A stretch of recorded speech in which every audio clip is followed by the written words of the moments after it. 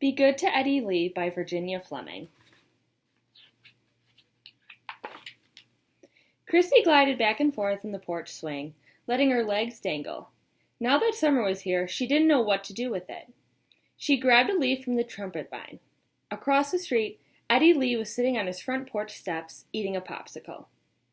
Now I'll be bothered with him following me around all summer, she thought. Her mama said she had to be good to Eddie Lee, just because he was lonesome, just because nobody else paid him any mind, just because he was different. Her mama said God made him that way, but Christy thought maybe, just once, her mama was wrong, because God didn't make any mistakes, and Eddie Lee was a mistake if there ever was one. In the next yard, she could see Jim Bud. He was tossing marbles, trying to get them in a hole. She left the swing and walked slowly up the street, pretending not to notice him. "Hello, Christy." She climbed up on his fence and scuffed her sneakers into the bottom board. "Hello, Jim Bud," she said. Jim Bud tossed his last marble into the hole and climbed up beside her. "Phew, it's hot," he said. He took off his sneakers. "Warm enough to go wading. Want to go with me? I know where there's frog eggs." Christy nodded, and they hid their shoes under the pyracantha bush and started down the street. As they passed Eddie Lee's house, he called eagerly, "Hello, Christy." "Hello, Jim Bud." Jim Bud tugged her at her arm. "Come on, don't stop to talk to that dummy." Eddie Lee waddled down the street steps and into the street, chocolate running down his chin onto his shirt. He wore a big grin. Jim Bud ignored him, so Christy said, "Eddie Lee, you'd better stay home." He didn't say anything, just looked hurt. Christy wished she had brought him an all-day sucker or something. Jim Bud gave her another tug. "Come on, Christy." "Eddie Lee, I said go home. Gohome." "Ah, creeps, Christy, he can't spell." Jim Bud whirled around and stamped his foot. "Get, Eddie Lee, go home." Eddie Lee grinned. "I'm not a dog, Jim Bud." "Then stop following us like one." Eddie Lee turned around and walked toward his house, head down. "You didn't have to hurt his feelings, Jim Bud. Mama says I have to be good to Eddie Lee."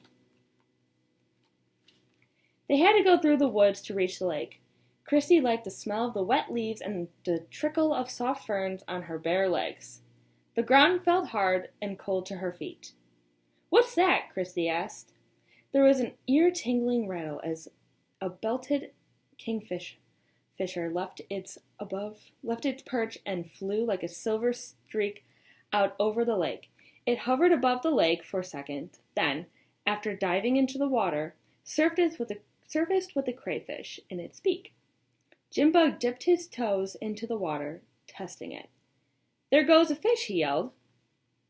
"I don't see any frog eggs," Christy said. "They have probably already hatched." He most likely made it up about the frog eggs just so she would come with him.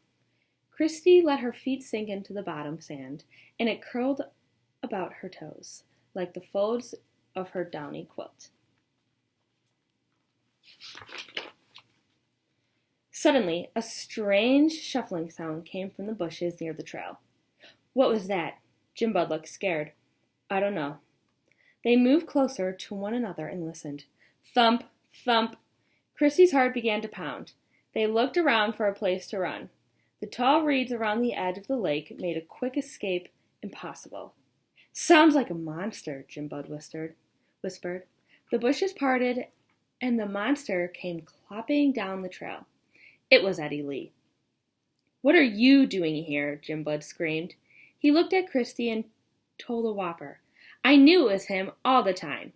But there was a squeaky little quiver in his voice, and Christy knew that he had been just as frightened as she was. Eddie Lee just sat down on the bank and looked at them. "Look, Jim Bud, there's a salamander. A teeny-weeny baby." Christy pointed at the tiny tiny animals squirming at the edge of the lake. Jim Bud squatted down beside her. Suddenly, there was a great splash. "I got him, Jim Bud," Eddie Lee crooned. He scooped up the tiny salamander into his hands. "Now look what you did, Eddie Lee," Jim Bud shouted, looking down at his soaked jeans. Just leave us alone. Eddie Lee turned to Christy. Here, Christy, you can have it.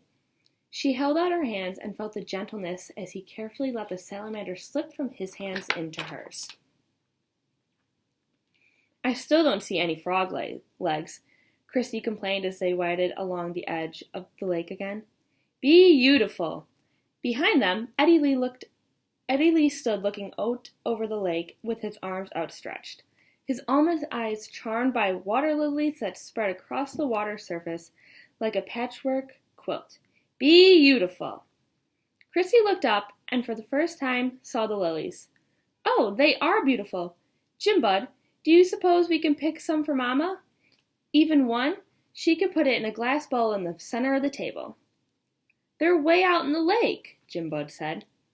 I'll get you a lily, Christy, Eddie Lee said. He splish-splashed through the water until it reached his knees, but the lilies were far beyond his reach. Disappointed, he waded back, his shoes squeaky wet.